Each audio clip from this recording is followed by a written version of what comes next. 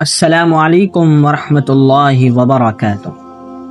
سفر حج محض ایک عبادت یا چند مناسک کی ادائیگی کا نام نہیں، بلکہ یہ عاشق رسول صلی اللہ علیہ وسلم کے دل کی وہ تڑپ ہے جو اسے حرم کعبہ سے مدینہ منورہ تک لے جاتی ہے۔ کعبہ شریف کی عظمت اپنی جگہ مسلم ہے۔ اسی حقیقت کو حضرت نجم العارفین علیہ الرحمہ کے پہلے سفر حج 1968 کے روحانی احوال میں عنوان کعبے والا ملا مدینے میں کے ذریعے نہایت دل نشیں انداز میں بیان کیا گیا ہے۔ حضرت نجم العارفین علیہ الرحمہ جب پہلی مرتبہ حج بیت اللہ کی سعادت سے مشرف ہوئے تو آپ کے قلب مبارک میں عشق رسول صلی اللہ علیہ وسلم کی وہ کیفیت معجزن تھی جسے الفاظ میں مکمل طور پر بیان نہیں کر سکتے۔ بیت اللہ شریف کی زیارت کے بعد جب مدینہ منورہ کی حاضری کا وقت قریب آیا تو ہر لمحہ صدیوں پر بھاری محسوس ہونے لگا۔ آپ کا دل بے قرار تھا کہ کب وہ سعادت آئے جب سرکار دو عالم صلی اللہ علیہ وسلم کے در اقدس پر حاضری نصیب ہو۔ یہی وہ مقام ہے جہاں اس عنوان کی حقیقت آشکار ہوتی ہے۔ گویا کعبہ شریف انسان کو اللہ تعالیٰ کے قرب کی طرف بلاتا ہے، مگر حضور اکرم صلی اللہ علیہ وسلم کی بارگاہ اس قرب کی تکمیل کا مقام ہے۔ اسی لیے اہل دل کہتے ہیں کہ حج کا حاصل مدینے کی حضوری ہے۔ قرآن مجید بھی اسی حقیقت کی طرف اشارہ کرتا ہے۔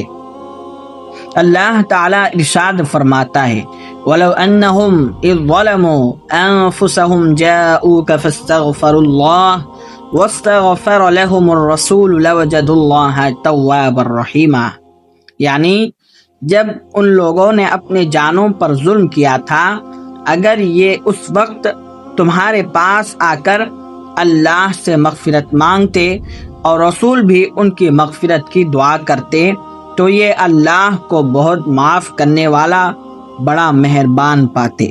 یہ آیت اس حقیقت کو روشن کرتی ہے کہ اللہ تعالیٰ تک پہنچنے کا راستہ حضور صلی اللہ علیہ وسلم کی غلامی اور نسبت سے ہو کر گزرتا ہے۔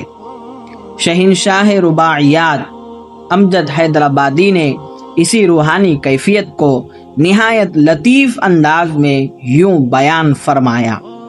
روض پاک کی تجلی سے طور سینہ ہے اپنے سینے میں، سفر حج کا ماحصل یہ ہے کہ کعبے والا ملا مدینے میں۔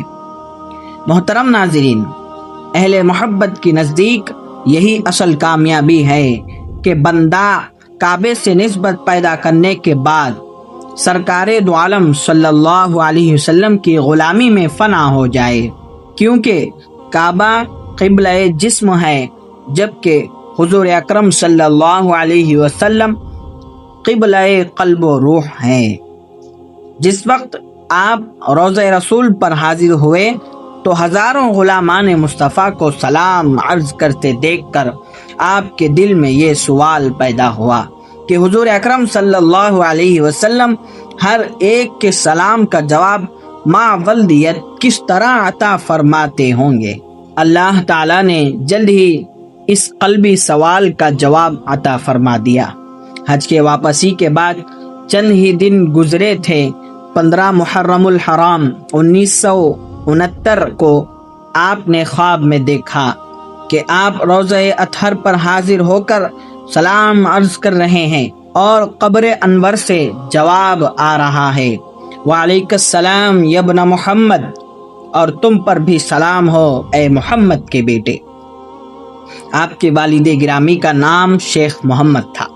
حضرت نجم العارفین علیہ الرحمہ فرماتے ہیں کہ انہوں نے خواب میں 25 مرتبہ سلام عرض کیا اور ہر بار اسی محبت بھرے انداز میں جواب ملا جس میں ذرا برابر بھی فرق نہ تھا۔ اسی نسبت مبارکہ کی یادگار کے طور پر آپ نے اپنے نام کے ساتھ محمد محمد لکھنا شروع فرمایا۔ یہ واقعہ آپ کی بارگاہ رسالت میں خصوصی مقبولیت اور روحانی عظمت کی روشن دلیل سمجھا جاتا ہے۔ کنز العرفان حضرت غوثی شاہ صاحب علیہ الرحمت والرضوان نے اسی عقیدے کو یوں بیان فرمایا: ہمارا دین ہے دیتے ہو تم جواب سلام، ذرا ہمیں بھی سنا دو میاں سلام علیک۔ محترم ناظرین، یہ عنوان یعنی کعبے والا ملا مدینے میں دراصل اس روحانی حقیقت کا اظہار ہے کہ حج کی معراج اور اس کا حقیقی حاصل حضور اکرم صلی اللہ علیہ وسلم کی بارگاہ میں حاضری اور تعلق مصطفیٰ کا استحکام ہے۔ حضرت نجم العارفین علیہ الرحمہ کے سفر حج کے یہ احوال عشق رسول اور مدینہ منورہ کی روحانی کشش کا حسین مرقع ہیں۔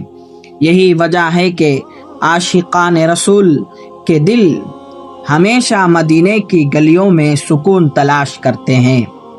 آخر میں دعا ہے کہ یا الہ العالمین ہمارے دلوں میں مدینہ منورہ کی تڑپ پیدا فرما اور ہمیں بھی بارگاہ رسالت میں حاضری نصیب فرما، ہمارے شیخ سے محبت اور ان کے نقش قدم پر چلنے کی توفیق عطا فرما، آمین یا رب العالمین۔